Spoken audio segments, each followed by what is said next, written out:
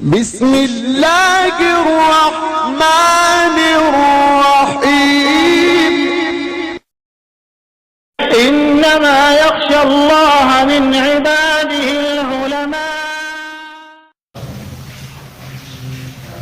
أعوذ بالله من الشيطان الرجيم. بسم الله الرحمن الرحيم.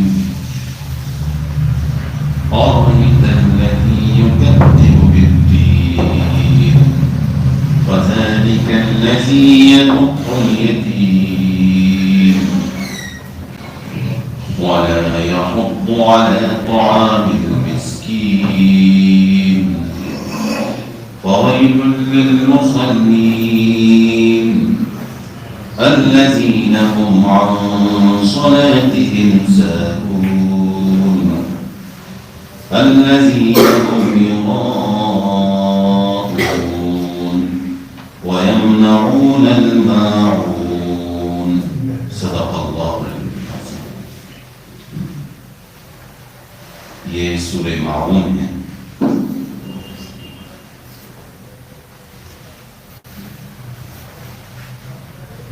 اس کا ترجمہ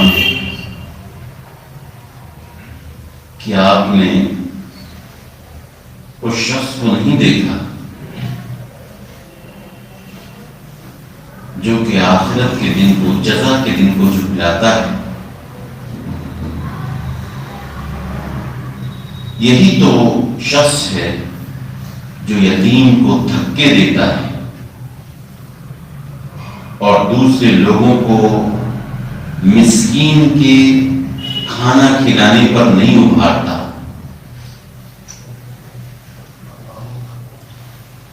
ایسے نمازیوں کے لیے لوگ اپنی نمازوں سے غافل رہتے ہیں اور کوئی خیر کا کام کرتے بھی ہیں تو صرف دکھاوے کے لیے، شہرت کے لیے اور ناموری کے لیے کرتے ہیں، اور معمولی سی چیزوں کو بھی روک کر رکھتے ہیں. معمولی چیزیں بھی لوگوں کو نہیں ملتی. یہ اس صورت کا ترجمہ ہے. حقیقت میں یہ صورت ہمارے سامنے دو طرح کے کردار پیش کرتی ہے. ایک کافروں کا کردار ہے اور ایک منافقین کا کردار ہے. شروع کی 3 آیتوں میں اللہ تبارک و تعالیٰ نے کافروں کے کریکٹر کو اور ان کے کردار کو واضح کیا ہے، اور آخر کی 4 آیتوں میں اللہ تعالیٰ نے منافقین کے کریکٹر کو اور ان کے کردار کو واضح کیا ہے. یہ بات ذہن میں رہنی چاہیے کہ کافر وہ شخص ہے جو اللہ کا منکر ہوتا ہے، جو رسولوں کا منکر ہوتا ہے، جو آخرت کا منکر ہوتا ہے، جو اللہ کی کتابوں کا منکر ہوتا ہے، اس کو کافر کہتے ہیں. اور منافق اس شخص کو کہتے ہیں جو ظاہر میں اسلام کے اعمال کرے لیکن اندر اس کے کفر بھرا ہوتا ہے، صرف دکھاوے کے لیے، مسلمانوں سے کچھ فائدے حاصل کرنے کے لیے وہ اپنا اسلام ظاہر کرتا ہے، اندر سے وہ کٹا اور پکا کافر ہوتا ہے. ایسے شخص کو منافق کہتے ہیں. وہ مسلمانوں کی صفوں میں نماز کے اندر بھی آ جائے، وہ افطار پارٹیوں میں بھی شریک ہو جائے، لیکن آخری درجے کا کافر ہوتا ہے. وہ بھی قرآن مجید میں منافقین کے تعلق سے جو بیان کیا گیا ہے، قرآن مجید کہتا ہے ان المنافقین فی الدرک الاسفل من النار. جہنم کے کئی درجات ہیں، ان میں سب سے نیچا درجہ، جہنم کا سب سے نچلا والا طبقہ اور سب سے نیچے والا طبقہ اللہ نے منافقین کے لیے تیار کیا. خیر، آج میں ان 3 آیتوں کی تشریح آپ کے سامنے پیش کروں گا. قرآن مجید اللہ کے رسول صلی اللہ علیہ وسلم سے یہ کہتا ہے کہ آپ نے اس شخص کو دیکھا جو جزا کے دن کو اور آخرت کے دن کو اور انصاف کے دن کو جھٹلاتا ہے؟ ابھی آپ نے اور ہم نے یہ لفظ سورہ الحمد شریف میں پڑھا تھا، مالک یوم الدین۔ تمام تعریفیں اس اللہ کے لیے ہیں جو رحمان ہے، رحیم ہے، اور جزا کے دن کا مالک ہے، انصاف کے دن کا مالک ہے۔ اللہ کے رسول صلی اللہ علیہ وسلم کو اللہ تبارک و تعالیٰ نے جب پیغمبر بنا کر بھیجا تو لوگ آخرت سے غافل ہو چکے تھے، یہاں تک کہ آخرت کے بارے میں ان کا یہ تصور تھا اور یہ کہتے تھے کہ جب یہ ہڈیاں بوسیدہ ہو جائیں گی، جب یہ ہڈیاں بالکل بیکار ہو جائیں گی تو ان کو کون زندہ کرے گا؟ قال من یحیی العظام وہی رمیم، کہ جب یہ ہڈیاں بوسیدہ ہو جائیں گی اور چورا چورا ہو جائیں گی تو ان کے اندر کون جان پیدا کرے گا؟ قرآن مجید نے اس بات کو یاد دلایا ہے، قل یحیی الذی انشأ اول مرہ، آپ کہہ دیجئے وہی اللہ ان ہڈیوں کے اندر اور ان جسموں کے اندر جان پیدا کرے گا جس نے پہلی مرتبہ انسان کو پیدا کیا۔ انسان کچھ بھی نہیں تھا، ایک معمولی بوند تھا، لیکن اللہ تبارک و تعالیٰ نے معمولی سے پانی سے انسان کو اتنا طاقتور اور توانا بنا دیا۔ تو قرآن مجید نے یہ آخرت کا تصور پیش کیا ہے، اس لیے کہ جب انسان کے سامنے سے آخرت کا تصور ہٹ جاتا ہے تو انسان بے لگام گھوڑے کی طرح ہو جاتا ہے، پھر دنیا کی کوئی طاقت اس کو برائیوں سے اور خطاؤں سے اور گناہوں سے اور منکرات سے روک ہی نہیں سکتی۔ ایک آخرت کا تصور ایسا ہے جس کی بنیاد پر انسان قدم قدم پر سوچتا ہے اور رک جاتا ہے، اور انسان کے سامنے یہ تصور جب آتا ہے آخرت کا تو فوراً گناہوں سے توبہ کر لیتا ہے، فوراً اپنے مالک کی طرف لوٹ کر جاتا ہے۔ لیکن جس معاشرے میں اللہ کے رسول صلی اللہ علیہ وسلم کو بھیجا گیا تھا وہاں لوگ آخرت کے منکر تھے، اور قرآن مجید نے اس کو بار بار بیان کیا ہے۔ ابو جہل جو قریش کا ایک بہت بڑا لیڈر تھا، بہت بڑا سردار تھا، اس کے سلسلے میں آتا ہے کہ آیت اس کے سلسلے میں نازل ہوئی۔ روایات میں آتا ہے کہ ابو جہل نے ایک یتیم کا مال اپنے پاس رکھ لیا تھا، ابو جہل اس کا کفیل تھا، ذمہ دار تھا۔ وہ یتیم گویا کہ ابو جہل کا کوئی رشتہ دار تھا۔ جب وہ یتیم کے بارے میں بھی سمجھ لیجیے کہ یتیم اس بچے کو کہتے ہیں جس کے ماں باپ میں سے کوئی ایک یا دونوں کا انتقال بلوغ سے پہلے ہو گیا، بالغ ہونے سے پہلے ہو گیا وہ انتقال، تو اس کو یتیم کہا جاتا ہے۔ اگر بالغ ہونے کے بعد کسی کا انتقال ہوا ہے تو بچہ یتیم نہیں کہتا ہے۔ بالغ ہونے سے پہلے اگر انتقال ہوا ہے تو اس بچے کو یتیم کہیں گے۔ اس کے بہت سارے احکام ہیں، انشاءاللہ کسی موقع پر بیان کیے جائیں گے۔ اگر اس کے والد نے مال چھوڑا ہے، دولت چھوڑی ہے، جائیداد چھوڑی ہے، تو اس یتیم بچے کے ہاتھ میں نہیں دی جائے گی، اس لیے کہ وہ چھوٹا ہے، وہ ناسمجھ ہے، وہ اچھے کی اور برے کی اور اس کی تمیز نہیں رکھتا۔ اس لیے قرآن مجید کہتا ہے کہ جب تک وہ سن رشد کو نہ پہنچ جائے، اس کی عقل مکمل نہ ہو جائے، اس وقت تک اس کا مال اس کے حوالے نہ کرو۔ لہذا ظاہر سی بات ہے اس کا چچا اس کا مال رکھے گا، اس کے گھر والے جو دوسرے رشتہ دار ہیں اس کا مال رکھیں گے۔ تو ایسے موقع پر بہت بڑی آزمائش ہوتی ہے۔ تو روایتوں میں آتا ہے کہ ابو جہل نے ایک یتیم کا جو اس کا رشتہ دار تھا اپنے پاس مال رکھ لیا۔ اب جب وہ یتیم سن رشد کو پہنچ گیا، یعنی عقل مند ہو گیا، تو وہ قریش کے ابو جہل کے پاس گیا اور کہا کہ آپ میرا مال واپس کر دیجیے۔ تو ابو جہل نے تھک کے دے کر نکال دیا، یہاں تک کہ اس کی حالت تھی اس یتیم کی کہ اس کے بدن پر جو کپڑے تھے وہ پھٹے ہوئے تھے، اور اس کی غریبی کی وجہ سے حالت بہت خستہ ہو گئی تھی۔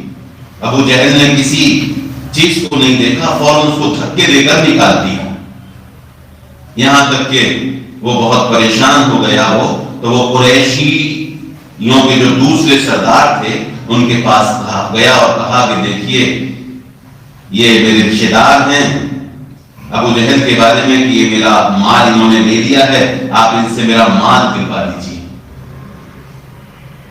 تو ان لوگوں نے یہ کہہ دیا کہ دیکھو یہ محمد صاحب ہیں، یہ تمہارا مال دلوائیں گے۔ گویا کہ اب ظاہر سی بات ہے کہ ابو جہل اللہ کے رسول کی بات کہاں مانتا تھا، وہ تو اللہ کے رسول کا مذاق اڑاتا تھا، اللہ کے رسول کو گالیاں دیتا تھا، اللہ کے رسول کا استہزاء کیا کرتا تھا، وہ اللہ کے رسول کی بات کہاں مان لیتا۔ تو قریش کے سرداروں کا ارادہ یہ تھا کہ ہم اس یتیم کو محمد کے پاس بھیجے دیتے ہیں، اور محمد جب ابو جہل کے پاس جائیں گے تو ابو جہل ان کا مذاق اڑائے کہ اچھا آپ بہت بڑے بن کر آئے ہیں، اس کے بعد ولی بن کر آئے ہیں۔ تو وہ بیچارہ یتیم ان قریش کے سرداروں کی مکاری کو نہیں سمجھ پایا، تو وہ اٹھ کر کے فوراً محمد صلی اللہ علیہ وسلم کے پاس چلا گیا اور کہا کہ چچا جان، جیسے عرب میں عام رواج تھا، اپنے بڑے کو چچا کہتے تھے کہ یہ ابو جہل ہیں، میرا مال واپس نہیں کر رہے ہیں، آپ ان سے میرا مال دلوا دیجیے۔ اللہ کے رسول صلی اللہ علیہ وسلم فوراً اٹھ کر چل دی اور ابو جہل سے جا کر کہا کہ ان کا مال، اس بچے کا مال، اس کو واپس کر دو۔ ابو جہل نے جب یہ بات سنی تو فوراً گھر میں سے سارا کا سارا مال نکال کر ابو جہل نے اس یتیم کو واپس کر دیا۔ اب قریش کے جو سردار تھے کہنے لگے کہ ابو جہل بھی صابی ہو گیا، وہ بھی دین سے پھر گیا، بتائیے محمد کے کہنے کی بنیاد پر اس نے سارا مال واپس کر دیا۔ جب وہ یتیم اپنا مال لے کر چلا گیا تو لوگوں نے اس کو تانا دیا کہ تم بھی صابی ہو گئے، تم بھی دین سے پھر گئے، وہ سارا مال اٹھا کر اس یتیم بچے کو دے دیا، بتائیے محمد کی بات کو تم نے مان لیا، ہم نے تو صرف مذاق اڑانے کے لیے بھیجا تھا۔ تو ابو جہل نے کہا کہ میں دیکھ رہا تھا جب محمد میری طرف آ رہے ہیں تو محمد کے دونوں طرف حربے تھے، لوہے کے بھالے تھے، اگر میں یتیم کا مال واپس نہ کرتا تو مجھے خطرہ تھا کہ میرے جسم کے ٹکڑے ٹکڑے ہو جائیں، اس لیے میں نے مال اٹھا کر فوراً دے دیا۔ یہ روایتوں میں موجود ہے۔ تو قرآن مجید کہتا ہے ارأیت الذی یکذب بالدین، کیا آپ نے اس کی حالت دیکھی جو دین کو، یعنی جزا کے دن کو، آخرت کے دن کو، انصاف کے دن کو جھٹلاتا ہے۔ جو انصاف کے دن کو جھٹلاتا ہے تو وہ ہر طرح کی برائی میں مبتلا ہو جاتا ہے، اور جو شخص انصاف کے دن پر یقین رکھتا ہے تو وہ پھونک پھونک کر قدم رکھتا ہے، وہ ایک ایک ذرے کا حساب کرتا ہے۔ اللہ تبارک و تعالیٰ نے اس کائنات کو برپا کیا ہے، یہاں پر اللہ نے آسمانوں کو بنایا ہے، زمین کو بنایا ہے، سورج کو بنایا ہے، اور ہواؤں کو پیدا کیا ہے، سمندروں کو پیدا کیا ہے، پہاڑوں کو پیدا کیا ہے، اور پھر ان تمام چیزوں کو اللہ تعالیٰ نے انسان کا خادم بنا دیا ہے۔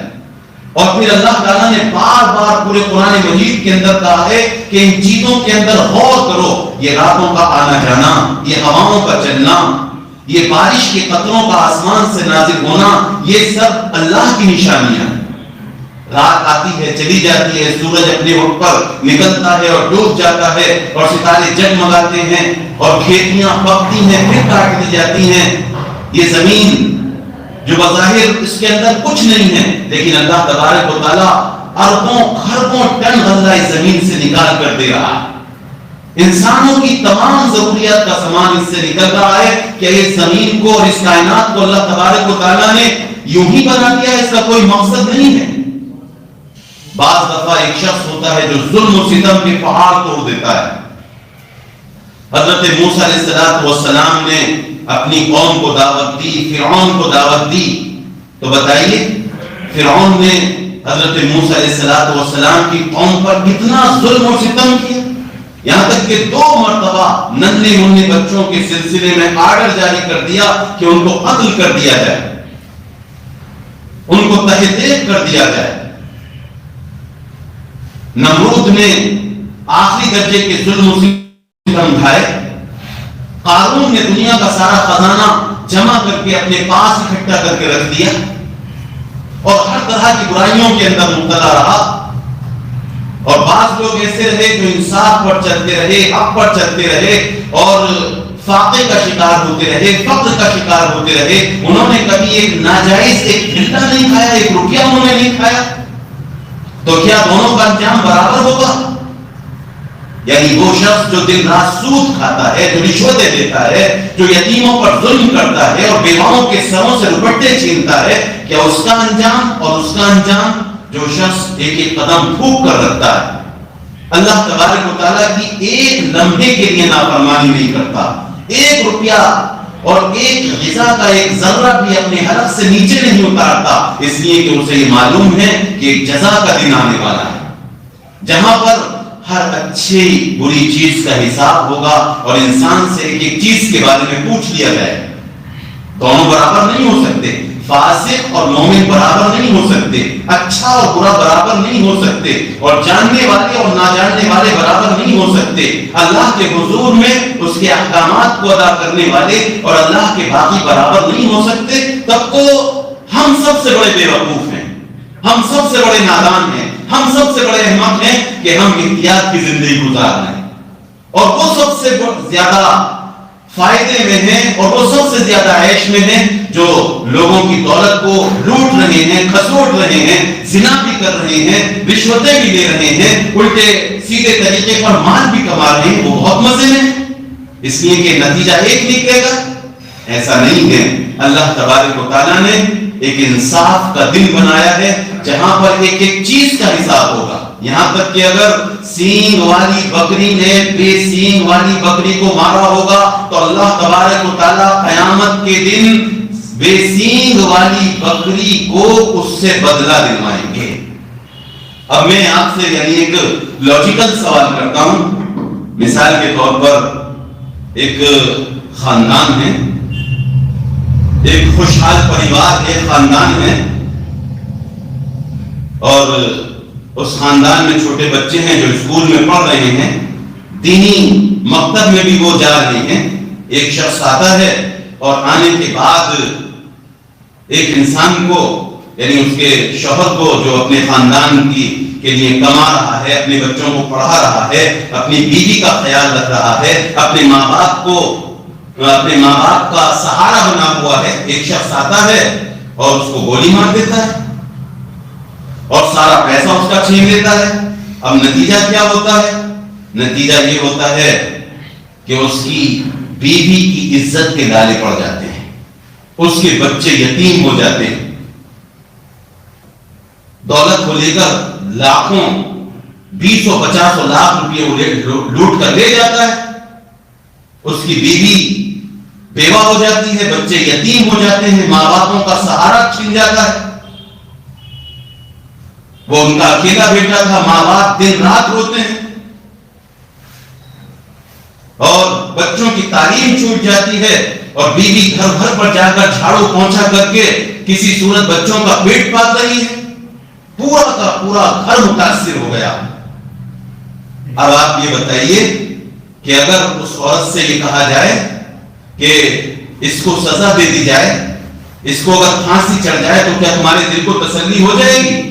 تو وہ کہے گی نہیں, میرے دل کو تسلی نہیں ہوگی, اس لیے کہ اس نے میرے بچوں کو یتیم کر دیا, ان کی پڑھائی چھوٹ گئی, ان کا کیریکٹر, ان کا کردار, ان کی لائف ختم ہو گئی. اور اس کے ماں باپ کہیں گے نہیں, یہ ہماری آنکھوں کا نور تھا, ہمارے دل کا سرور تھا, ہمارا ایک بیٹا تھا, اس نے ہماری بڑھاپے کی لاٹھی چھین لی, بڑھاپے کا سہارا چھین لیا. بیوی کہے کہ اس نے میری عزت داؤ پر لگوا دی, اگر یہ 100 مرتبہ بھی قتل کر دیا جائے میری آنکھوں کے سامنے تب بھی میرے دل کی بھاس پوری نہیں ہوگی.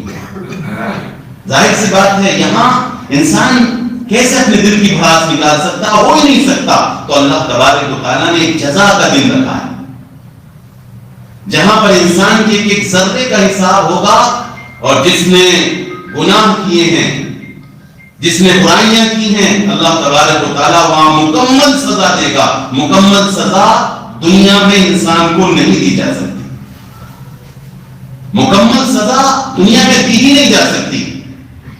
یہ ایک شخص ہے جو پوری انسانوں کی پورے شہروں کو ختم کر دیتا ہے. تاریخ میں ایسے واقعات ہیں کہ ایک انسان نے لاکھوں انسانوں کو مارا ہے. تو کیا اس کی سزا یہی ہے کہ صرف اس کو بھی مار دیا جائے جس نے لاکھوں انسانوں کی گردنیں اڑا دی, لاکھوں انسانوں کے بموں کے ذریعے سے چیتڑے اڑا دی؟ تو صرف اس کی یہی سزا ہے کہ ایک گولی اس کے بھی مار دی جائے, صرف اس کو بھی پھانسی پر لٹکا دیا جائے, صرف اتنی سزا ہے؟ لوگوں کو تسلی ہو جائے گی, تسلی کا سامان ہو جائے گا؟ نہیں, تسلی کا سامان نہیں ہوگا. اس کے لیے کوئی ایسا دن چاہیے جہاں پر اس کو اس کی اس بدعملی کی سزا مکمل طور پر ملے. اور جھٹلاتا ہے اور یہ کہتا ہے کہ آخرت کچھ نہیں ہے, انسانوں کو دوبارہ زندہ نہیں کیا جائے گا, تو دنیا بھی اس کی جنت ہے. دنیا میں جتنا لوٹ لو, جتنا کھسوٹ لو, جتنی رشوتیں لے لو, دنیا بھی کوئی انسان جنت بناتا ہے. اور جس کو یہ معلوم ہے کہ آخرت آنے والی, ایک دن ایسا آنے والا ہے جہاں پر انسان سے اس کی عمر کے بارے میں سوال ہوگا, اس کی جوانی کے بارے میں سوال ہوگا, اس کی دولت کے بارے میں سوال ہوگا کہ تم نے کہاں سے کمائی اور کہاں پر اس کو خرچ کیا. تو انسان پھوک کر قدم رکھے.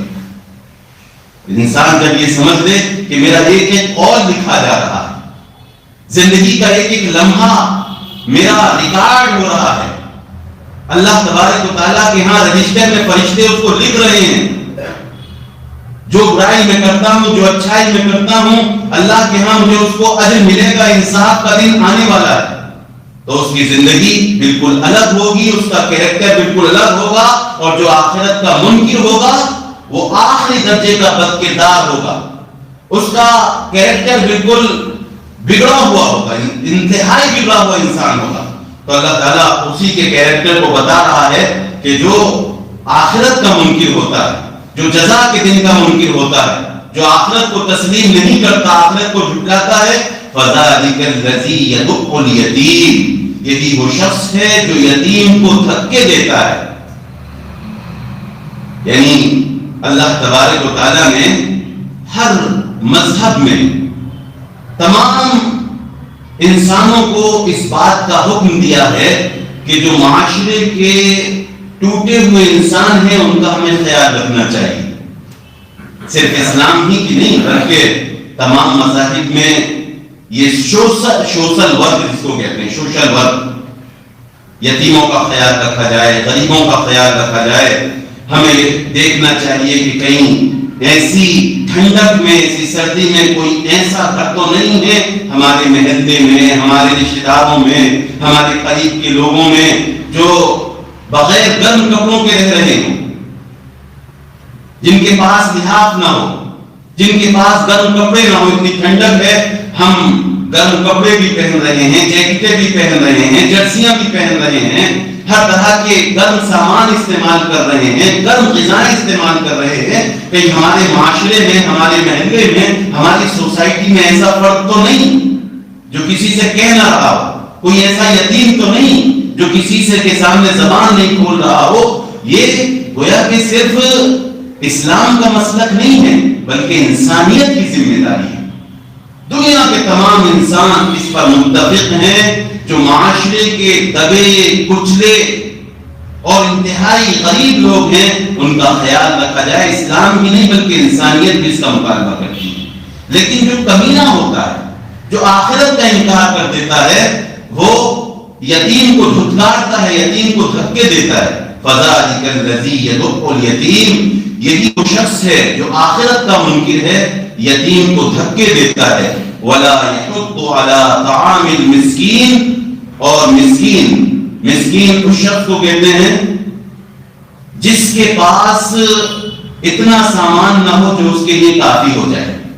بیچارہ اپنے گھر میں بیٹھا ہوا ہے, کسی سے کوئی سوال نہیں کر رہا ہے, کسی سے مانگ نہیں رہا ہے, کسی کے سامنے ہاتھ نہیں پھیلا رہا ہے. ہماری اور آپ کی بلکہ پورے معاشرے کی ذمہ داری ہے کہ ہم اس کا خیال رکھیں, ہم اس کی ضروریات کا خیال رکھیں. وَلَا يَحُضُّ عَلَى طَعَامِ الْمِسْكِينِ, اور وہ ایسا شخص ہے جو آخرت کا منکر ہے, جو مسکین کے کھانے پر نہیں ابھارتا, یعنی خود تو کیا کھلائے گا، دوسروں سے بھی نہیں کہتا، اس لیے کہ وہ جانتا ہے ماڈرن معاشرہ ایسا ہی ہوتا ہے. وہ سوچتا ہے کہ میرے پاس 1,00,000 2,00,000 50 لاکھ روپیے ہیں اور بہت سے لوگ بھوکے ہیں شہر کے اندر، چلیے میں نہیں کھلا رہا ہوں، اگر میں کسی دوست سے اپنے کہوں گا کہ بھائی دیکھو یہاں پر یہ آسامی لوگ آئے ہوئے ہیں، جھگی جھونپڑی میں رہ رہے ہیں، ان کے بچوں کے پاس کپڑے نہیں ہیں، ان کے پاس کھانا نہیں ہے، ان کو جو ہے کچھ ان کا خیال کریے، تو وہ اس لیے نہیں کہتا کہ اگر میں اپنے دوست سے کہوں گا تو ہو سکتا ہے کہ پلٹ کر وہ مجھ سے کہے، مجھ سے مطالبہ کرے کہ آپ کیوں نہیں کھلاتے جب اللہ تعالیٰ نے آپ کو نوازا. تو اس لیے وہ اس ڈر سے، اس خوف سے نہیں کہتا.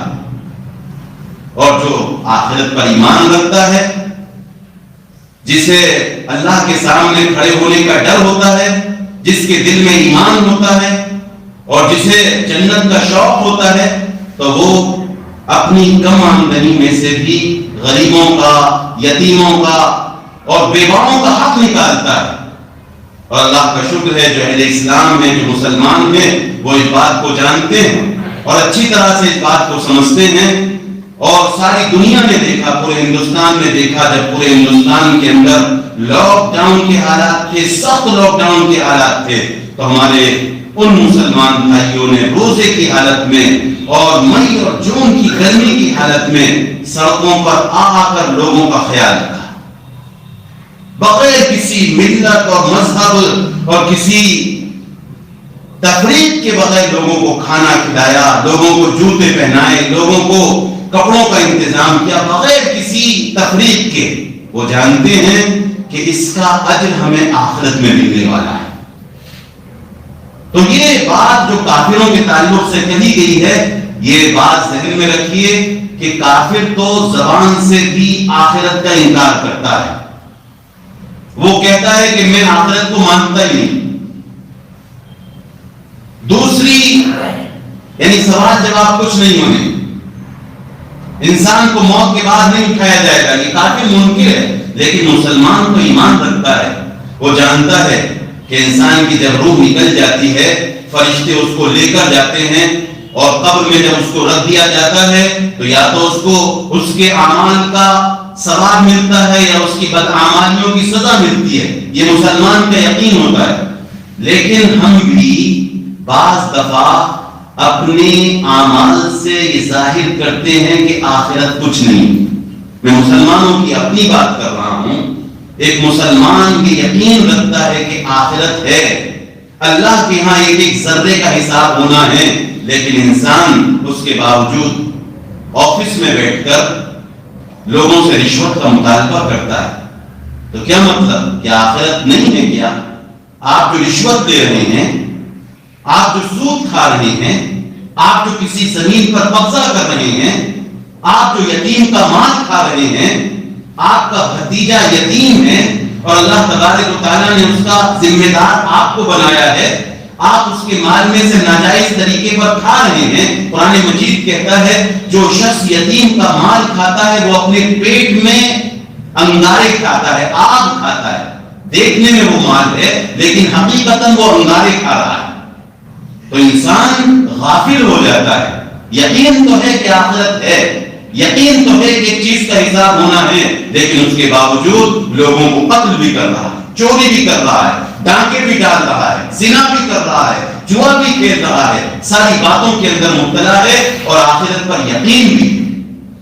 یہ کیا ہے؟ یہ غفلت ہے. تو اس غفلت کے پردے کو ہمیں اپنی نگاہوں کے سامنے سے ہٹانا چاہیے. حضرت عمر رضی اللہ تعالیٰ عنہ کے دور میں حضرت عمر رضی اللہ تعالیٰ عنہ رات میں نکل جاتے تھے گشت کرنے کے لیے. تقریباً حضرت عمر رضی اللہ تعالیٰ عنہ کی جو حکومت تھی، آدھی دنیا پر حکومت تھی، معمولی دنیا پر نہیں، آدھی دنیا پر حکومت تھی. حضرت عمر رضی اللہ تعالیٰ عنہ ایک رات گشت کرنے کے لیے نکلے. صبح کا وقت ہونے کو تھا، اندھیرا تھا. تو ایک بچی دودھ ڈھونڈنے کے لیے چلی تو ماں نے کہا کہ بیٹی دودھ میں پانی ملا دو، دودھ میں پانی ملا دو. تو بچی نے جواب دیا کہ اماں حضرت عمر گشت پر نکلے ہوئے ہوتے ہیں، اگر انہوں نے دیکھ لیا تو بہت سزا ملے گی ہم کو، اور حضرت عمر نے یہ اعلان کر دیا ہے کہ دودھ میں پانی نہیں ملایا جائے گا۔ آج کل تو لوگ کیمیکل ملا رہے ہیں، آج کل تو لوگ کھانے میں معلوم نہیں کیا کیا ملا رہے ہیں، لوگوں کی جانوں سے کھیل رہے ہیں۔ آج کل دالوں میں کنکر ملا دیتے ہیں، آٹے میں ریت ملا دیتے ہیں، کیا کیا ملا رہے ہیں۔ یہ آخرت کا تصور انسان کے سامنے سے ختم ہو گیا، جو ان برائیوں کی طرف چلا گیا۔ واقعی اگر آخرت کا استحضار ہو کہ مجھے قبر میں جانا ہے، مجھ سے منکر نکیر سوال کریں گے اور ایک ایک چیز کے بارے میں مجھ سے پوچھا جائے گا، تو انسان دہل کے رہ جائے۔ تو کہا کہ حضرت عمر رضی اللہ تعالیٰ عنہ کہاں ہوں گے رات کے اندھیرے میں؟ تو اس بچی کا سوال اور اس کا جواب دیکھتے، کیا جواب تھا اس بچی کا؟ اس بچی نے کہا کہ اگر حضرت عمر نہیں دیکھ رہے ہیں تو عمر کا رب تو دیکھ رہا ہے، اس سے تو کوئی چیز اوجھل نہیں ہو سکتی۔ تو یہی تصور اگر ہمارے سامنے آ جائے تو تمام برائیاں جڑ سے ختم ہو سکتی ہیں۔ ایک شخص نے، یہ اسلام سے پہلے کا واقعہ، ایک شخص نے اپنی چچا یعنی کسی حسین لڑکی سے وہ زنا کرنا چاہتا تھا، لیکن وہ کہتی تھی کہ نہیں، یہ گندا کام ہے، برا کام ہے۔ یہاں تک کہ ایک دفعہ قحط پڑ گیا، سوکھا پڑ گیا، تو مجبور ہو کر اس شخص کے پاس آئی کہ مجھے آپ کچھ ادھار دے دیجئے۔ تو اس شخص نے کہا اس شرط پر کہ تم میرے ساتھ منہ کالا کرو۔ حدیث میں آتا ہے کہ اس نے کہا ٹھیک ہے، آج میں مجبور ہوں، میں ایک دانے کو ترس نہیں ہوں، ٹھیک ہے، میں اس کے لیے راضی ہوں، تیار ہوں۔ یہاں تک کہ جب وہ سونے کی اشرفیاں، سونے کے سکے لے کر چلی گئی، پھر جب واپس آئی اور واپس آنے کے بعد حدیث میں آتا ہے کہ وہ شخص بالکل تیار ہو گیا، یعنی زنا کاری کے لیے پوری طرح سے آمادہ ہو گیا۔ حدیث میں ایسے الفاظ آئے ہیں کہ بالکل بیٹھ گیا، بس زنا کا عمل ہونے ہی والا تھا۔ تو اس لڑکی کی زبان سے ایسے انداز میں بڑی ہی کراہ کے ساتھ یہ لفظ نکلا، اتق اللہ، کہ دیکھ میں نے مجبوری میں تجھ سے یہ قرض لیا ہے اور میری مجبوری کا فائدہ مت اٹھا، اللہ سے ڈر، اللہ سے ڈر۔ میری مجبوری کا فائدہ اٹھا کر آج تو بغیر کسی حق کے اس مہر کو توڑ دے گا، اتق اللہ، اللہ سے ڈر۔ وہ فوراً کھڑا ہو گئے اور کہا کہ میری بہن واپس چلی جا، اب میں جو ہے اس گندے کام کو نہیں کروں گا، اور جو اشرفیاں میں نے تجھے دی تھیں، جو سونے کے سکے دیے تھے، وہ بھی واپس نہیں لوں گا۔ تو یہ آخرت کا خوف، اللہ کا استحضار کہ ہمیں اللہ کے سامنے کھڑے ہونا ہے اور ایک ایک چیز کا اللہ کے حضور میں جواب دینا ہے، یہ ایسی چیز ہے جو انسان کو ہر ظلم سے روک سکتی ہے۔ آدمی اپنی بیوی پر ظلم نہیں کرے گا، اپنے والدین پر ظلم نہیں کرے گا۔ آج کا ماڈرن زمانہ کیسا ہے کہ آدمی ذرا بہت آگے نکل جاتا ہے، پڑھ لکھ کے بہت اونچا ہو جاتا ہے، تو آج یورپ میں مسلمانوں کے ہاں، ہندوستان میں، ایشیا کے بہت سے شہروں میں یہ ہو رہا ہے کہ اپنے والدین کو اولڈ ہوم میں رکھ کے چلے آتے ہیں۔ ارے اللہ کے بندو، انہوں نے تو تمہیں پالا تھا، انہوں نے اپنا خون پسینہ ایک کر کے تمہارے لیے لگا دیا تھا۔ جب تم سے چلنا نہیں آتا تھا، انہوں نے چلنا سکھایا، جب تم سے بولنا نہیں آتا تھا، انہوں نے بولنا سکھایا۔ کون کون سی چیزیں تم کو نہیں سکھائیں؟ آج ان کے چہرے پر جھریاں پڑ گئی ہیں، آج ان کی آنکھیں کمزور ہو گئی ہیں، آج ان کے کان کمزور ہو گئے ہیں۔ آج جب یہ کھانستے ہیں تو ان کی کھانسی بری لگتی ہے تم۔ ارے اللہ سے ڈرو، اللہ سے ڈرو، کہ اللہ کے ہاں اگر انہوں نے اللہ کے حضور میں بد دعا کر دی تو تمہاری زندگی برباد ہو جائے۔ تو انسان کے سامنے جب اللہ کا خوف نہیں آتا تو نہ اپنے والدین کے حقوق ادا کرتا ہے، نہ اپنے بچوں کے حقوق ادا کرتا ہے، نہ پڑوسیوں کے حقوق ادا کرتا ہے، نہ رشتہ داروں کے حقوق ادا کرتا ہے، کسی کے حقوق ادا نہیں کرتا، غافل ہو جاتا ہے۔ میں نہیں کہتا کہ مسلمان منکر ہے، لیکن اپنے عمل سے ایسا محسوس ہوتا ہے کہ گویا کہ آخرت کا منکر ہے، منکر نہیں ہے لیکن ایسے اعمال کرتا ہے، اتنی بری حرکتیں کرتا ہے کہ ایسا محسوس ہوتا ہے کبھی اس کو مرنا ہی نہیں، اللہ کے سامنے جانا ہی نہیں۔ اللہ تبارک و تعالی ہمیں آخرت کی فکر نصیب فرمائے اور آخرت پر ایمان کامل عطا فرمائے، اور اللہ تعالی ہمیں آخرت کا استحضار نصیب فرمائے۔ جی یہ ایک سوال ہے، ایک مسئلہ دریافت طلب ہے، بالوں میں کلر کرنا کیسا ہے، کون سا کلر جائز ہے، کون سا ناجائز، کن کن حالتوں میں جائز ہے؟ موجودہ دور میں کم عمری میں بالوں کے سفید ہونے کی عام بات ہے، تشفی بخش جواب عنایت فرمائے نوازی۔ مہندی لگانا تو یہ اللہ کے رسول صلی اللہ علیہ وسلم کی سنت ہے، حدیث شریف میں اس کے الفاظ آئے ہیں۔ اور جہاں تک خضاب کا مسئلہ ہے، صحابہ اکرام میں بھی بہت سے صحابہ ایسے ہیں جنہوں نے خضاب کیا ہے۔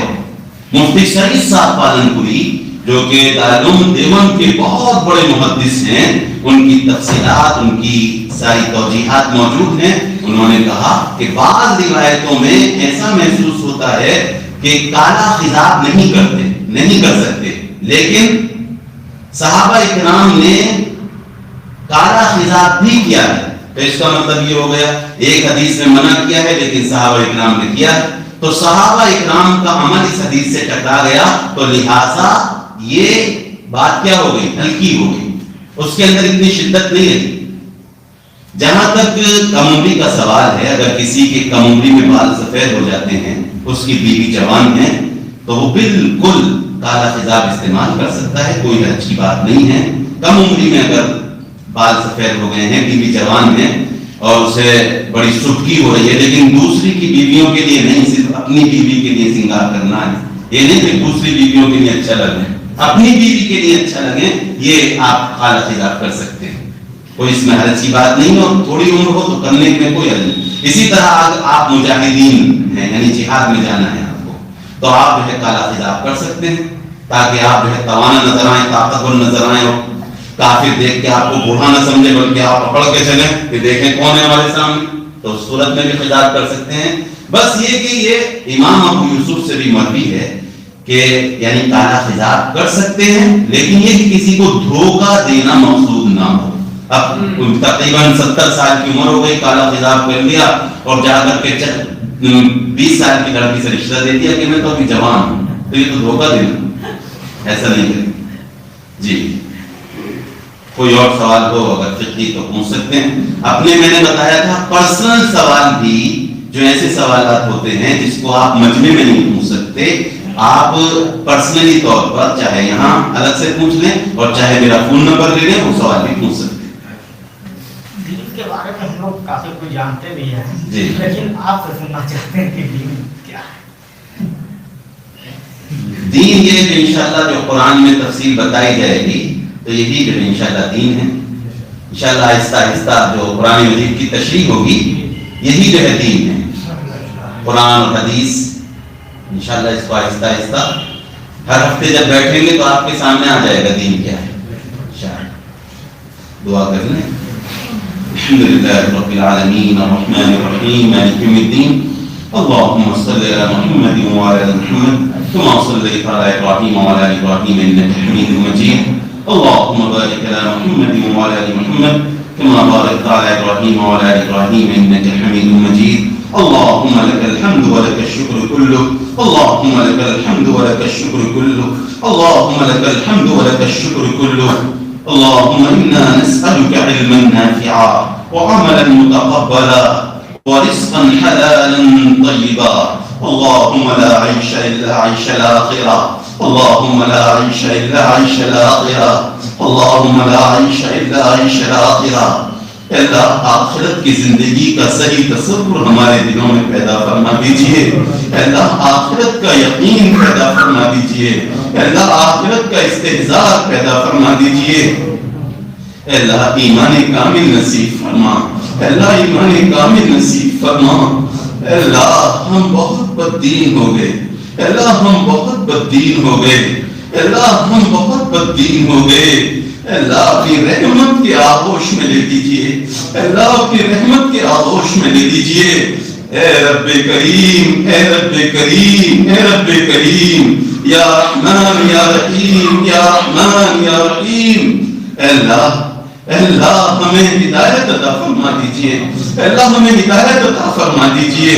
اے اللہ ہم مسلمان ہونے کا دعویٰ کرتے ہیں، اے اللہ اس کے باوجود تمام گناہوں میں شریک رہتے ہیں۔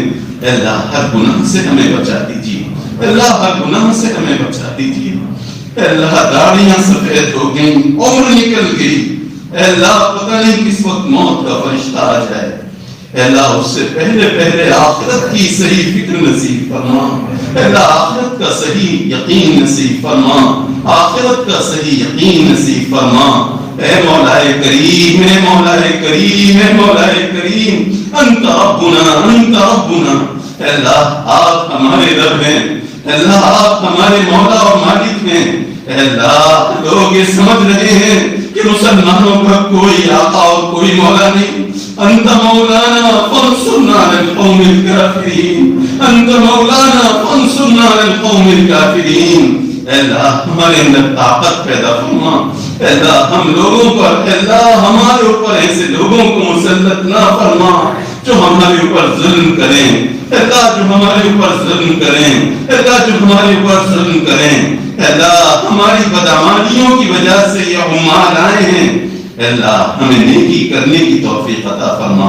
اے اللہ یہاں پر بہت سے بھائی بیٹھے ہوئے ہیں، اے اللہ جو بیمار ہیں، اے اللہ ان کو صحت کامل نصیب فرما۔ اے اللہ جو بے جوڑ ہیں، اے اللہ جن کی ابھی شادیاں نہیں ہوئی اور جن کی بچیاں اے اللہ بیٹھی ہوئی ہیں، بے نکاحی ہیں، اے اللہ اپنے غیب سے انتظام فرما دیجئے، اے اللہ ان بچیوں کا اپنے غیب سے انتظام فرما دیجئے۔ اے اللہ بہت سی بچیاں غیروں کے ساتھ جا رہی ہیں، اے اللہ یہ رونے کا مقام ہے، اے اللہ ان بچیوں کی حفاظت فرما، اے اللہ ان کے ایمان کی حفاظت فرما۔ اے اللہ جو مانگا وہ بھی عطا فرما، جو مانگنے سے رہ گیا وہ بھی عطا فرما۔ اے اللہ ساری نسلوں کی حفاظت فرما، اے اللہ ساری نسلوں کی حفاظت فرما، اے اللہ ساری نسلوں کی حفاظت فرما۔ اے اللہ جناب آقا حضرت محمد مصطفیٰ احمد مصطفیٰ سرور کائنات پر ہزاروں رحمتیں نازل فرما۔ سبحان ربک رب العزت عما یصفون وسلام علی المرسلین والحمد للہ رب العالمین۔